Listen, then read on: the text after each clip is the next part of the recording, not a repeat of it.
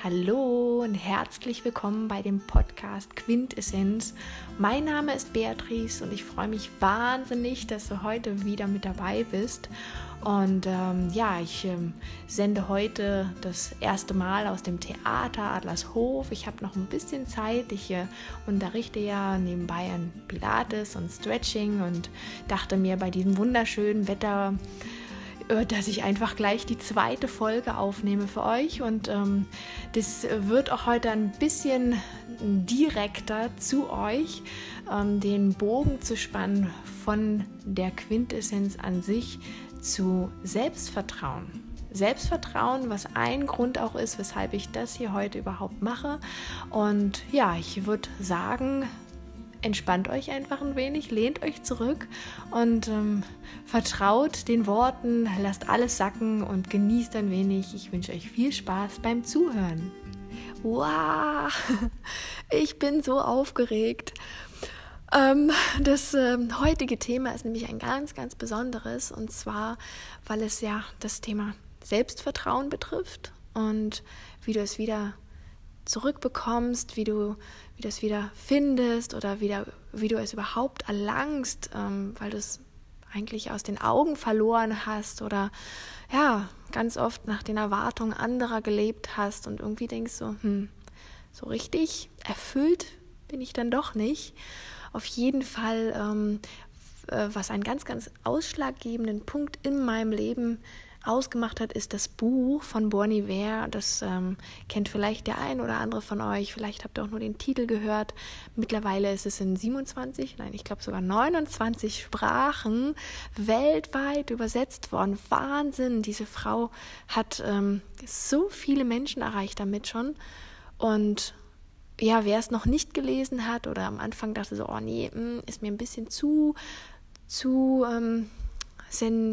wie sagt man denn dazu, ein bisschen zu persönlich oder es geht mir zu nah oder naja, ich habe ein bisschen Angst davor oder lest es, nehmt euch Zeit, setzt euch hin und schaltet einfach ab, weil darum geht es um 5 Dinge, die Sterbende am meisten bereuen.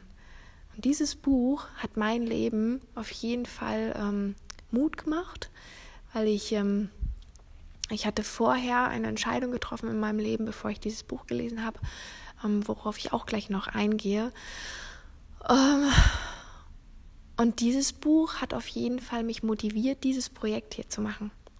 Ich hatte es ja schon länger in der Schublade und habe darüber nachgedacht und viel recherchiert und auf einmal bekomme ich von einem Freund dieses Buch in die Hand gedrückt. Und dachte mir, okay, würde ich mir gerne mal leihen und habe es gelesen. Ich habe es verschlungen. Ich konnte gar nicht genug von kriegen. Ich wollte immer wieder weiterlesen. Und wenn ich nicht mehr konnte, dann beiseite packen. Verdammt, wann kann ich wieder Zeit finden, es weiterzulesen? Und ja, diese 5 Punkte, die Menschen am meisten bereuen, das betrifft ja insbesondere auch dieses Projekt. Also es hängt ganz, ganz stark damit zusammen, was für die Menschen möglicherweise die Quintessenz ist, wenn sie das nicht in ihrem Leben bereuen. Also wenn sie ihr Leben so gelebt haben, dass sie sagen können, wow, ich habe eine positive Einstellung, ich habe alles richtig gemacht und die Entscheidungen in meinem Leben, die haben mir Mut gemacht und die haben mich aufgebaut, ich bin nach vorne gekommen und ich liebe und ich lache und ich habe den Schalk im Nacken und es geht mir gut und ich mache Sport oder ich bin halt geistig noch fit und ja, dieses Buch spiegelt ganz, ganz stark wider, was Menschen nicht gemacht haben, was sie gerne gemacht hätten. Und das, ja, kurz vorm Sterben ist natürlich ein bisschen schwierig, das eine oder andere umzusetzen, weil beispielsweise man mittlerweile eine Krankheit hat, die einen nicht mehr laufen lässt oder dass man den Sport, den man eigentlich gerne gemacht hätte, nicht mehr machen kann oder Zeit verbracht hätte gerne mit der Frau oder dem Mann und das Leben hat es so an sich, die Dinge zu verändern und früher oder später gehört das halt dazu, dass wir auch irgendwann diesen irdischen Körper verlassen und für manche ist es dann zu spät, da kommt die Einsicht zu spät und der Hintergrund dieses Projekts hier von Quintessenz ist, dass dieser Punkt bei dir nicht kommt. Also harte Nummer, ich weiß, aber ich spreche es trotzdem aus, weil es kein Geheimnis ist und weil es eigentlich nur dir den Spiegel vor die Nase hält. Und ich bin einfach so direkt, beziehungsweise mittlerweile immer direkter, ist nicht immer schön, aber ich denke, ich lebe damit einfach besser, als dass ich so tue, als ob. Und ja, jedenfalls ist das erste Versäumnis in diesem Buch: Ich wünschte, ich hätte den Mut gehabt, mir selbst treu zu bleiben, statt so zu leben, wie andere es von mir erwarten. Kurz mal sacken lassen. Ich wünschte, ich hätte den Mut gehabt, mir selbst treu zu bleiben, statt so zu leben, wie andere es von mir erwarten. Und ein gutes Beispiel aus meinem Leben, ich weiß nicht, ob du das vielleicht kennst, es gibt wie sage ich denn, es gibt einen Moment in meinem Leben, der mir sehr, sehr wehgetan hat. Und ich aber wusste, ich muss eine Entscheidung treffen. Und das ist die erste Empfehlung, die ich hier mitgeben kann und möchte. Also den ersten Schritt, den ersten Punkt. Treff eine Entscheidung. Du musst eine Entscheidung treffen, bevor sich überhaupt irgendetwas in deinem Leben verändert. Ich habe lange Zeit versucht, Dinge anders zu machen. Es hat nicht geklappt. Ich habe privat jemanden gehabt und wir haben uns zum Lachen gebracht. Wir haben uns geliebt. Es war alles schön. Das war so, ich habe ihn gesehen und ich war total verliebt. Ich habe ihn gesehen, für mich der perfekte Mann. Und es hat irgendwie alles gepasst. Aber alles in Anführungsstrichen gesetzt. Und keine Beziehung ist perfekt. Das wissen wir alle. Man muss auch Kompromisse schließen. Aber diese Kompromisse, die waren irgendwie bei uns nicht zu schließen. Wir haben es einfach nicht hinbekommen. Und ja, statt dass ich immer wieder traurig wurde und mich nicht verstanden fühlte oder mich als Einzelkämpfer sah in dieser Beziehung. Ich habe mich wirklich als Einzelkämpfer gesehen, was mit Sicherheit nicht so war, aber ich habe es in dem Moment so empfunden und bin abends ins Bett gegangen und mir manchmal auch die Tränen kamen und ich dachte mir so, was machst du hier überhaupt? Warum tust du dir das selber an? Hab immer wieder Tag für Tag, Woche für Woche, Monat für Monat mich selber gefragt, wie geht's hier weiter? Ihr seht mich jetzt gerade nicht schmunzeln. Ich suche gerade mit meinen kleinen Männlein in der Bibliothek nach den richtigen Begriffen in den Büchern. Das heißt, die wuseln da, und manchmal passiert das halt, dass man eine kleine Denkpause hat. Das bin alles ich. Auf jeden Fall, damit es mir besser ging, musste ich erstmal eine Entscheidung treffen und diese Entscheidung war eigentlich schon längst getroffen, weil mein Bauchgefühl die ganze Zeit sagte, du kennst die Antwort, du kennst die Antwort, du kennst die Antwort.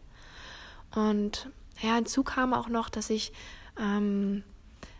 diese Entscheidung einmal traf, wir zeitlich räumlich getrennt waren und ich wieder kam und wir es einfach nochmal probiert hatten, weil ich nicht aufgeben wollte. Ich wollte kämpfen, ich wollte alles dafür tun, dass diese Liebe Bestand hat, dass es einfach funktioniert. Und irgendwann kam dann, kurze Zeit später, mein Bandscheibenvorfall. Ich hatte ganz starke Schmerzen im Rücken, wie sicherlich so einige Menschen auch und vor allen Dingen in Deutschland. Es gibt so viele, die Rückenprobleme haben. Das ist unglaublich. Jedenfalls gibt es auch dafür eine Bedeutung. Unterer Rücken, schaut mal, könnt ihr gerne googeln bei Kurt Tepperwein, die Botschaft deines Körpers. Es gibt 2 ganz prägnante Bedeutungen, die sagen zumal unter anderem auch, dass es beispielsweise finanzielle Probleme sein können. Es können aber auch partnerschaftliche Probleme sein. Partnerschaftlich in Bezug auf enge Familie bzw. der Lebenspartner. Und genau das war ein Punkt bei mir, also der zweite genannte. Und ja, und dann habe ich 1,5 Jahre mit diesen Schmerzen gelebt. Es war so schlimm, dass ich teilweise mir die Schuhe nicht mehr richtig ordentlich anziehen konnte. Ich habe immer gerne nett ausgesehen mit hohen Hacken. Ich konnte die nicht mehr tragen. Ich musste mir flache Schuhe kaufen. Ich konnte keinen Sport mehr machen. Ich konnte nicht mal Yoga machen in den Vierfüßler und ganz normales Bauch- und Rückenmuskeltraining. Das ging gar nichts mehr. Und dadurch, dass ich ganz von klein auf an angefangen hatte zu tanzen. Ich habe eine Ballettausbildung gemacht. Ich habe mit 4 mit dem Training begonnen, mit ganz normalen klassischen Ballett. Ich habe mich hochgearbeitet und war dann auch im Studium und ich habe so viel getanzt und mich so viel bewegt und ich liebe es. Es ist Teil meines Lebens, dass ich 1,5 Jahre das nicht konnte und nicht mal zu Hause die kleinsten Übungen. Und er hat mich auch immer motiviert und hat gesagt, naja, frag doch mal dem Arzt, ob du das und das machen kannst oder probier doch das mal. Und ich bin von einem Arzt zum nächsten Arzt geflitzt und es hat nichts geholfen. Ich habe versucht, Übungen zu machen, es hat nichts geholfen. Und mein Bauchgefühl sagte mir die ganze Zeit, du kennst die Antwort. Warum quälst du dich? Du kennst doch die Antwort.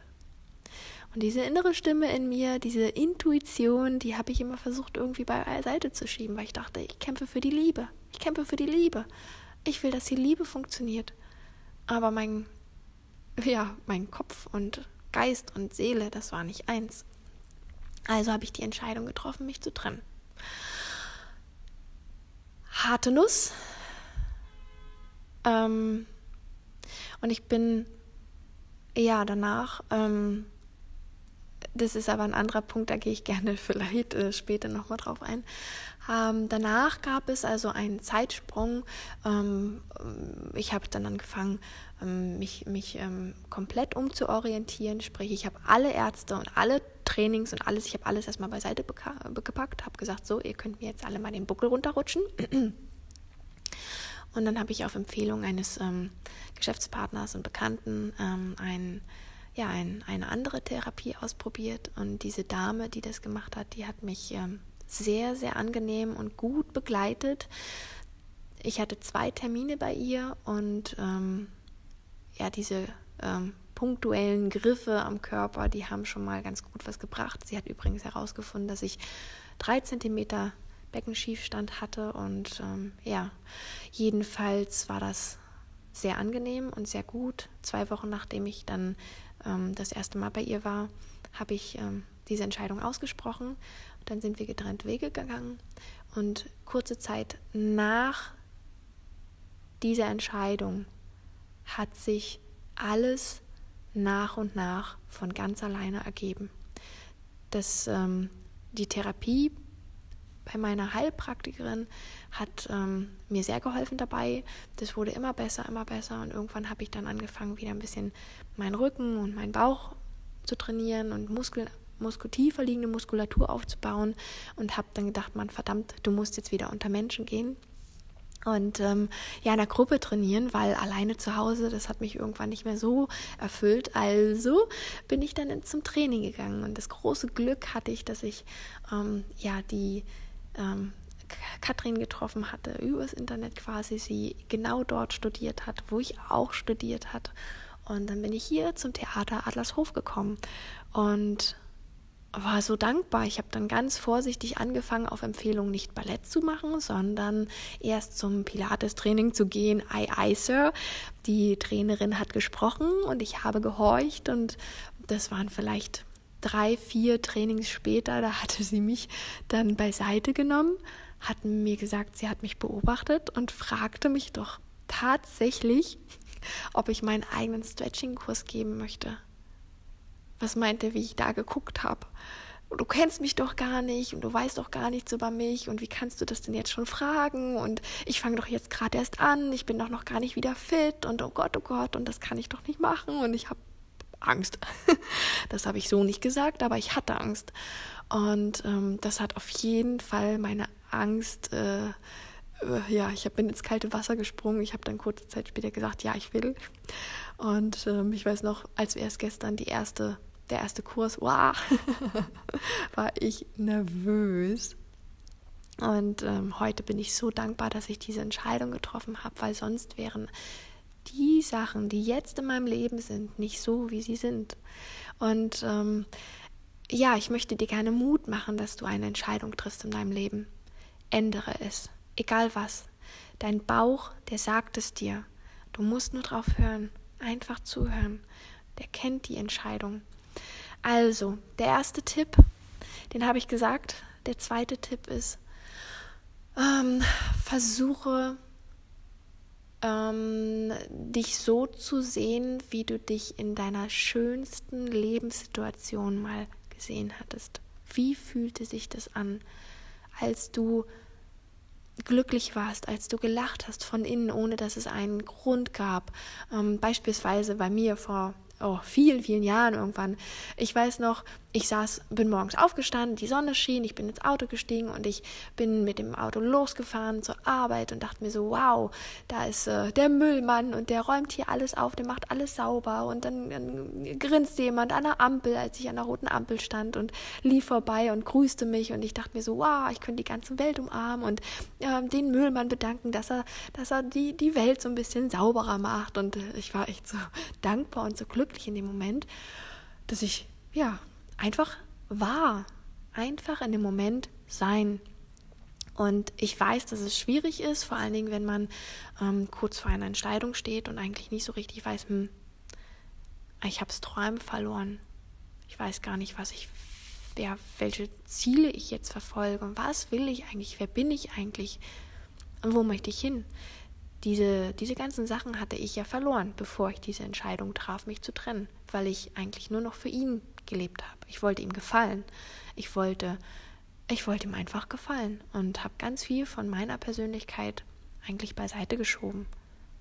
Diejenige, die ich eigentlich bin. Und das ist nicht gut. Sei du selbst, habe Vertrauen, dass du wieder zu dir selber finden kannst. Fange an, dich so zu sehen, wie du gerne sein möchtest. Und mach dir ein Bild davon, was für eine Wirkung das haben kann. Wie wäre es, wenn du 100% lebst? Sei authentisch. Wer bist du dann? Sei echt.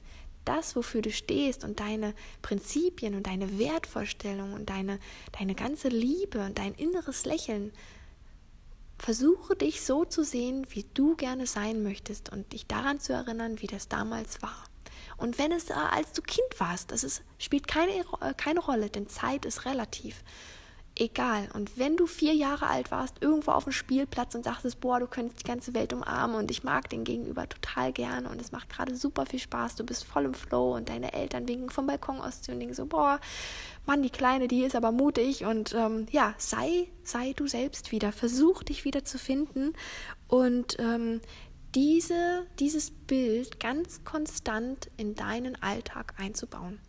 Immer wieder. Ich weiß, es ist nicht leicht und vielleicht hilft es dir dann, es aufzuschreiben und dir einen Zettel zu machen und einfach ein paar Notizen zu machen. Es ist nicht leicht, ich weiß das selber. Vor allen Dingen, wenn es immer so schön heißt, also eine sogenannte Zielliste, eine To-Do-Liste. Was möchtest du im Leben noch erreichen oder was sind denn deine Träume? Ich saß da und habe das probiert, es hat nicht funktioniert, mein Kopf war leer. Ach, irgendwas musst du doch aufschreiben. Das kann doch nicht sein, dass du nichts findest. Und dann habe ich irgendwas aufgeschrieben, wo ich dachte, das ist eigentlich total simpel und ob ich das vielleicht wirklich mache, aber Spaß machen würde es vielleicht schon. Ich habe das dann einfach irgendwie aufgeschrieben und dachte, wenigstens steht jetzt was auf meinem Zettel. Und das hat ganz lange gedauert, ganz lange, Monate, ehe sich diese Situation gewandelt hat. Ja, das ist der zweite Punkt, was mir noch einfällt, und zwar heute bin ich ihm, wie gesagt, wieder begegnet, dem Menschen, der mir Mut gemacht hat, weshalb ich überhaupt hier dieses Training jetzt geben kann und überhaupt wieder in diese künstlerische Welt eingetaucht bin, in die Bewegungswelt. Kollege von mir, der hat mich einfach bezaubert. Das ist so ein ganz kleines Zeichen in meinem Leben gewesen, der mir ein kleines Büchlein gegeben hat von in Wolfsburg ist jedes Jahr Movimentos. Und das kleine Programmbuch drückt er mir auf einmal in die Hand. Und ich dachte mir so, Mann, wieso machst du das jetzt? Und dann habe ich das wirken lassen und habe geguckt im Internet nach Karten und dachte mir so, wow, verdammt, dieses Jahr gibt es keine Tickets mehr. Die sind ja immer schnell vergriffen, aber nächstes Jahr. Und ich habe mir selber versprochen, dass ich das Jahr darauf mache. Und dann bin ich mit einer Freundin das Jahr darauf dahin gefahren und es war so wertvoll, so schön. Und ich danke dir, mein kleiner Held in meinem ganz normalen Alltag hat mich quasi wieder ein Stück zu mir zurückgebracht. Und ja, versuch auch in solchen Momenten bei dir in deinem Leben darauf zu achten, was es für Zeichen gibt. Was gibt es für Menschen um dich herum, die so eine kleinen Zeichen einfach geben. Und wenn es eine E-Mail ist oder wie bei mir ein Buch in die Hand drücken oder eine Filmempfehlung oder irgendwie einfach mal in einen Café gehen und da jemanden ganz anderen kennenlernen, den du noch nicht kennst und denkst, wow, wieso kommt denn diese Person gerade in mein Leben, das ist ja interessant und einfach machen. Und und der dritte Punkt ist, hör auf dein Herz. Hör auf dein Herz, denn der Verstand, der weiß noch lange nicht so viel wie dein Herz. Dein Herz und dein Bauchgefühl, die sind super, super wichtig, dass du dein Selbstwertgefühl, dein Selbstvertrauen wieder zurückbekommst. Meistens sagt ja der Verstand, du schaffst das nicht, du kannst das nicht, das geht nicht oder du hast kein Geld oder wie geht's jetzt weiter? Ach, Beruf, nee. Ach, wenn ich arbeitslos bin, dann kriege ich ja noch Geld, dann brauche ich nicht arbeiten, also spare ich mir die Zeit und kann andere Sachen machen. Und dann sitzt du da vom Fernseher und dann sitzt du da vom Internet und chattest oder was weiß ich, soziale Netzwerke und guckst dir ein Video nach dem anderen bei YouTube an und irgendwie ist dann ein Jahr vergangen und du denkst, Mann, verdammt, was mache ich hier überhaupt? Irgendwie ist gar nichts weiter passiert. Du sitzt immer noch da und denkst dir so, aber das ist dein Leben. Und wenn du das ändern willst, musst du eine Entscheidung treffen. Das ist der erste Schritt. Die zweite Entscheidung ist, dich selber wieder so zu sehen, wie du gerne sein möchtest. Dein eigenes Bild. Sei authentisch. Fühle. Und der dritte Schritt ist, dass du auf dein Herz hörst. Was flüstert dir dein Herz? Was sagt es dir? Denn wenn der Verstand sagt, nein, du kannst das nicht, perfekt gibt es nicht. Ein perfektes Leben gibt es nicht. Es gibt überall Ecken und Kanten. Es gibt überall Menschen, die haben irgendwelche Fehler. Wir sind einfach nur Menschen. Und Irren ist menschlich. Das ist ganz normal. Und deswegen können wir auch Fehler machen. Es ist nur schön, wenn man aus seinen Fehlern dann lernt. Auf jeden Fall schalte den Kopf ab. Sei authentisch, sei ehrlich zu dir selbst.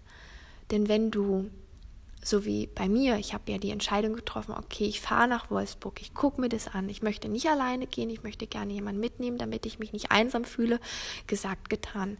Wenn du das dir selber sagst und es dann nicht machst, dann belügst du dich, dann gehst du nicht voran.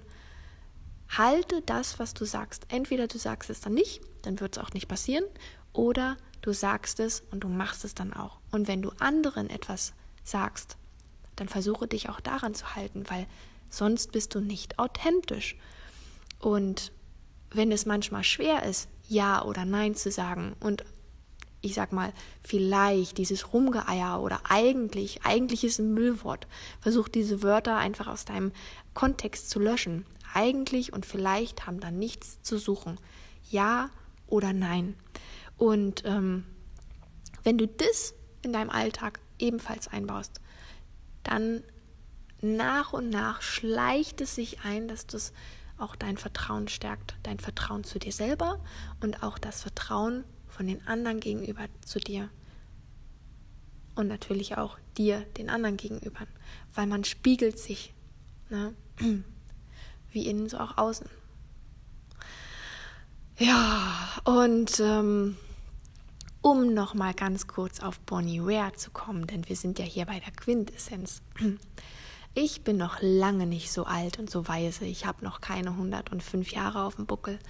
Aber dennoch wünsche ich mir nichts Sehnlicheres als dieses wundervolle Projekt ganz weit zu verbreiten.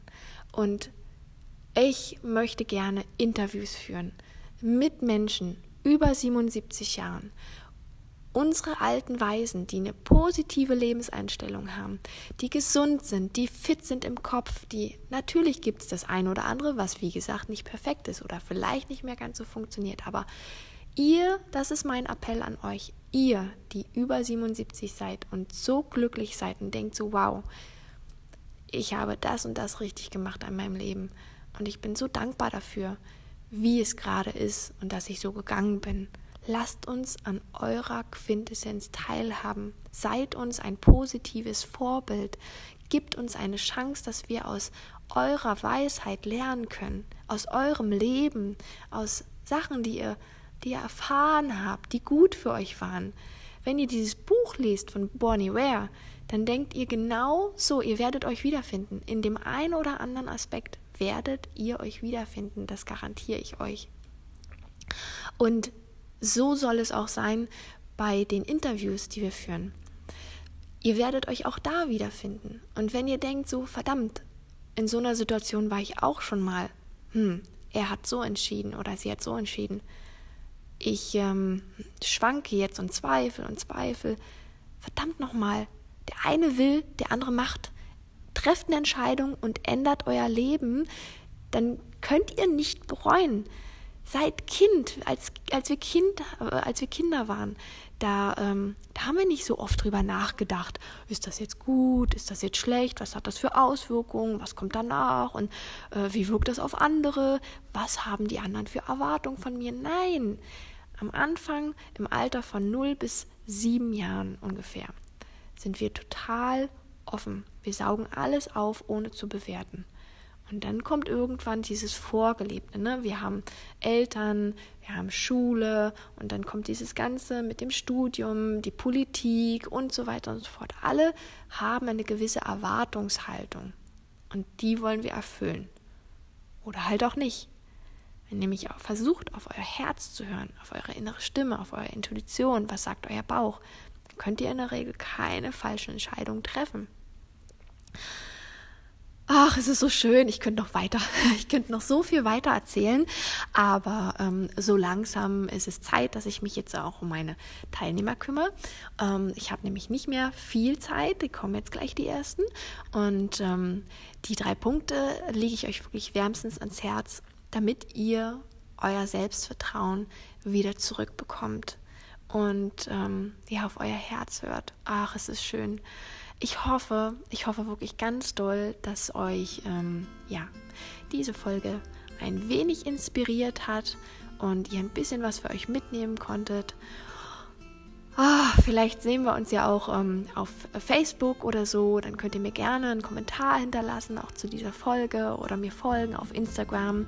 Wenn ihr irgendwelche Fragen habt dazu, dann hinterlasst mir einen Kommentar, fragt mich, bombardiert mich mit Fragen und sagt mir, wie es euch geht oder sagt mir, wie es euch gefallen hat. Und wenn ihr Empfehlungen habt für Interviewpartner quasi, für Menschen, die genau in dieses Profil passen, die euch eigentlich in eurem Leben immer schon inspiriert haben, die sagen, wow, mein Opa, der ist ja super toll, der macht das und das noch in seinem Alter, der geht noch joggen, der geht schwimmen oder so, dann lasst es mich wissen, ich nehme gern Kontakt auf mit ihm und dann machen wir ein Interview und dann stellen wir das vor und dann könnt ihr alle wissen, wie toll dieser Mensch ist, weil ihr seid ein Geschenk für uns alle. Also, fühl dich angesprochen, melde dich bei mir und ich wünsche euch jetzt einen ganz, ganz zauberhaften Tag noch und auf bald, bis zur nächsten Folge und tschüss!